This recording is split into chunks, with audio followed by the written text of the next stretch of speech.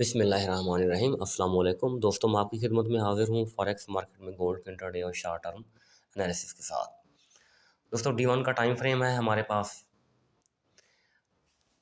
लेकिन ये जो ब्रोकर है हमारे पास ये एक्सनेस ब्रोकर है। ठीक है, मुख्तलिफ ब्रोकर्स की मुख्तलिफ विक्स थी, लेकिन D1 के हवाले से देखा जाए तो D1 इधर ज़्यादा बेहतर रहेगा ट्रेडिंग व्यू में। तो ट्रेडिंग व्यू में चलते हैं, D1 को देखते हैं।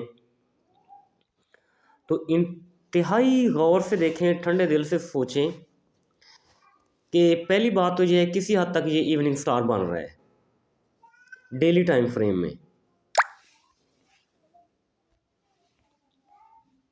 किसी हद तक बहरहाल टूटा फूटा सही, जैसा सही, बहरहाल इसकी वैल्यू होगी, इसकी काफ़ी कदर होगी, मार्केट इसको रिस्पेक्ट देगी।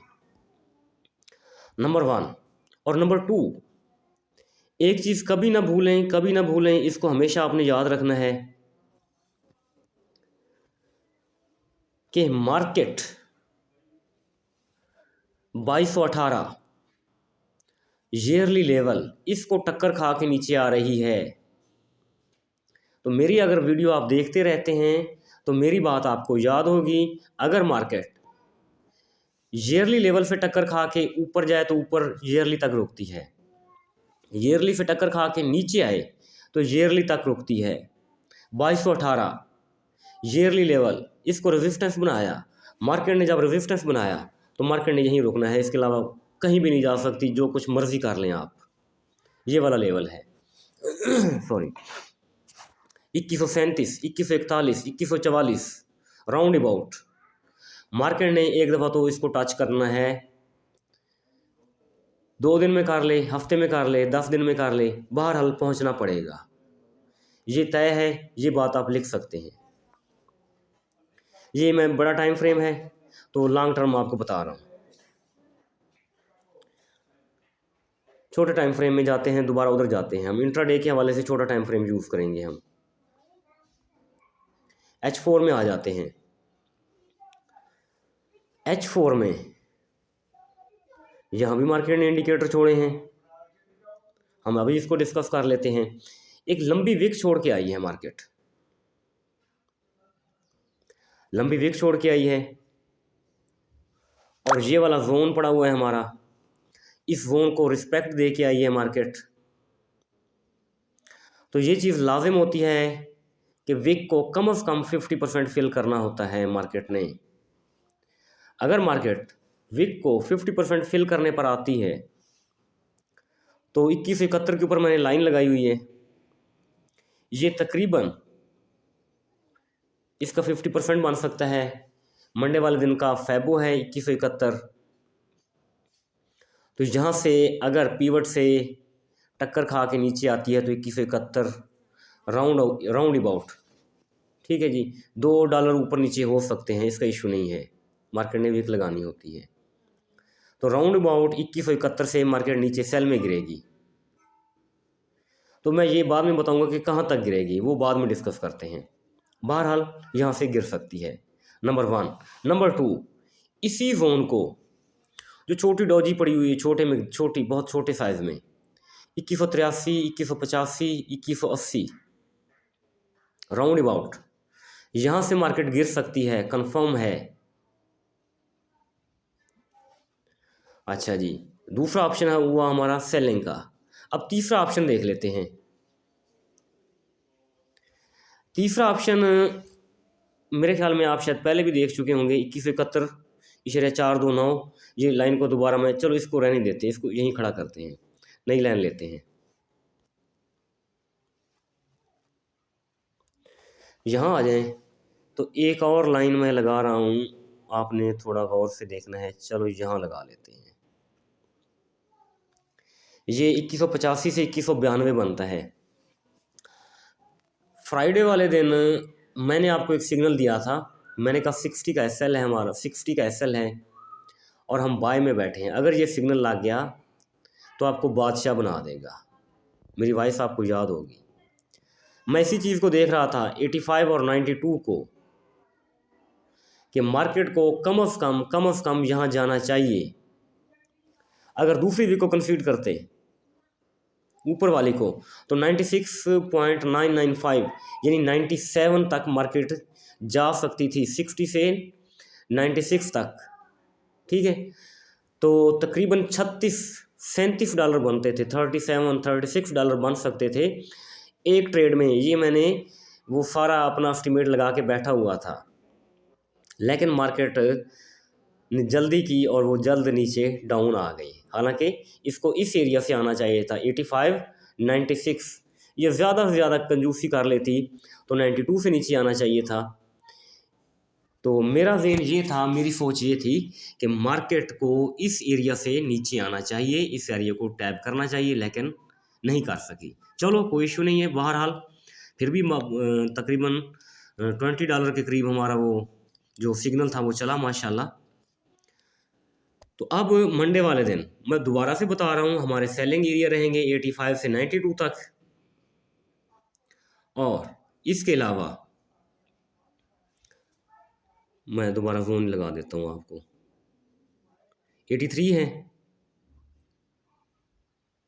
और नीचे हम लगा लेते हैं 80, 82, 83, 85 का एसएल रख लेंगे। ये तो 79 थोड़ा ऊपर लगाना होगा इधर, ठीक है जी।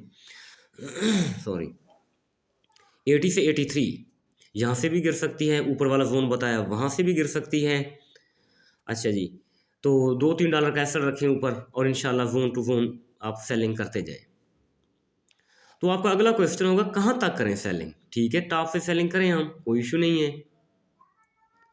अगर मार्केट ऊपर जाती ही नहीं है, मार्केट है कुछ भी नहीं कह सकते, जो ये रेड कैंडल आखिरी बनी हुई है, ठीक है, हम ऊपर वाले विक्स को देखते रहें और मार्केट क्या करे भाई, ये भी तो नीचे विक पड़ी हुई है हमारे पास, ये वाली, ठीक है, इसको फिल करना शुरू कर दें। फॉरन ओपनिंग के फौरी बाद ही 65-67 से मार्केट नीचे गिर सकती है, और गिर भी सकती है, इसका कोई इशू नहीं है। तो कहाँ तक गिर सकती है, आपका ये क्वेश्चन होगा। देखिए, एक चीज़ ज़हन में रखनी है आपने, ठहरे मैं आपको बताता हूँ, थोड़ा तफसील से बताता हूँ। हमारे पास कुछ एरिया है इस तरह करके, तकरीबन ये 55 बनता है। मैं आपको सर्कल लगा के दिखाता हूँ,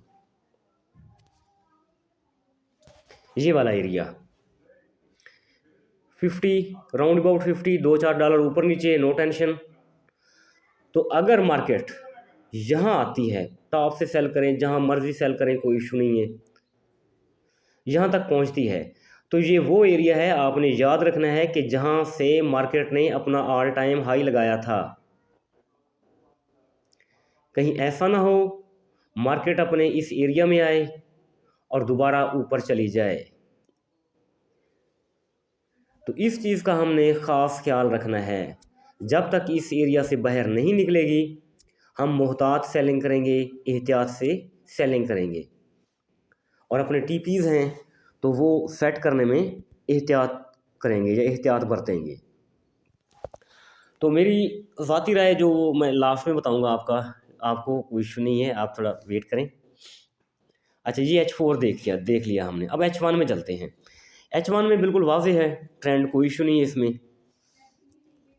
मार्केट ने हाई लगाया, डाउन आई, कंसोलिडेशन की, फिर डाउन आई, कंसोलिडेशन,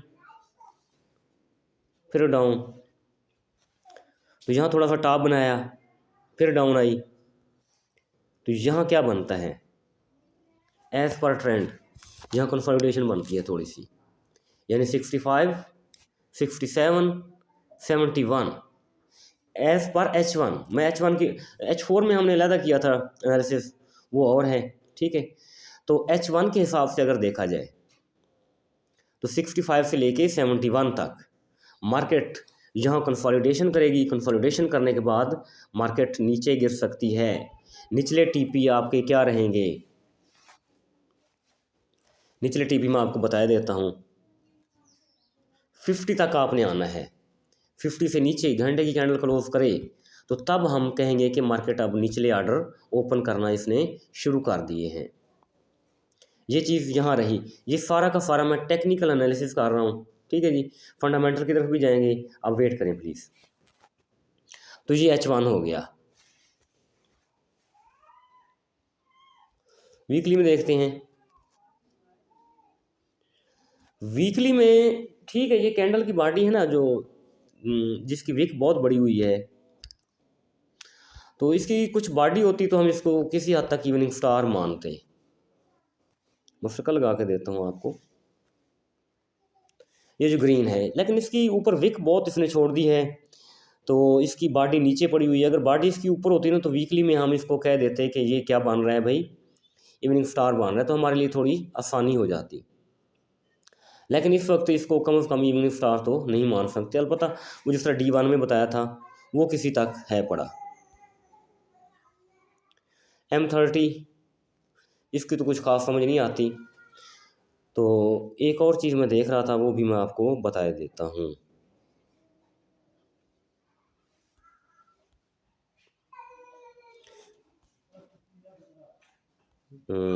थोड़ा वेट करें प्लीज़।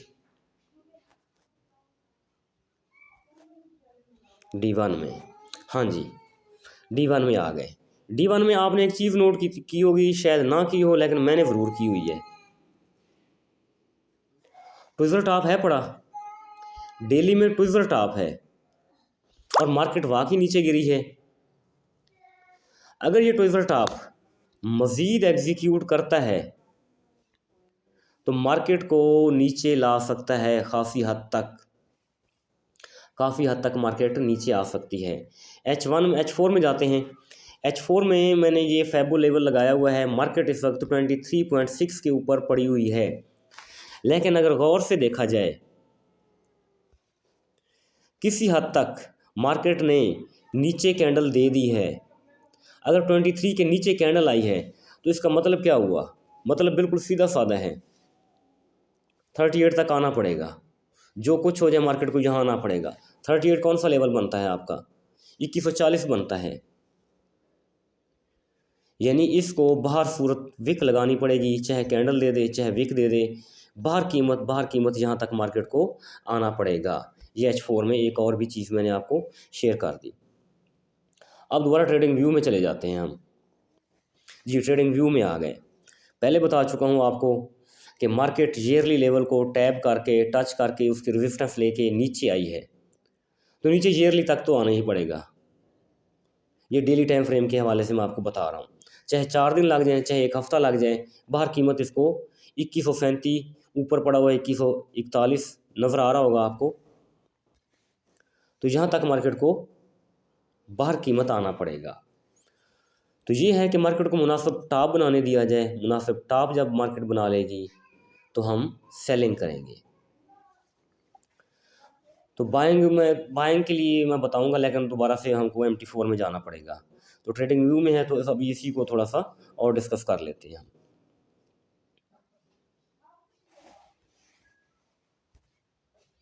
मेरे पास थोड़ा नेट स्लो होता है। DXY में चले जाते हैं। DXY में मैं आपको बता दूं,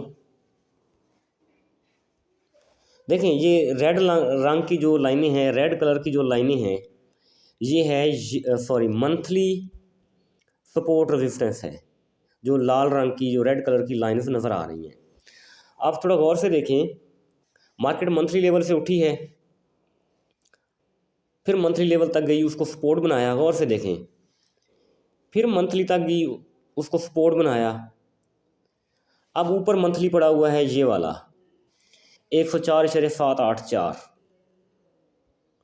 यानी अभी इसने ऊपर तो जाना ही पड़ेगा। DXY को अब भी ऊपर जाना पड़ेगा। It mean gold down. DXY ऊपर जाएगा तो गोल्ड को डाउन आना पड़ेगा।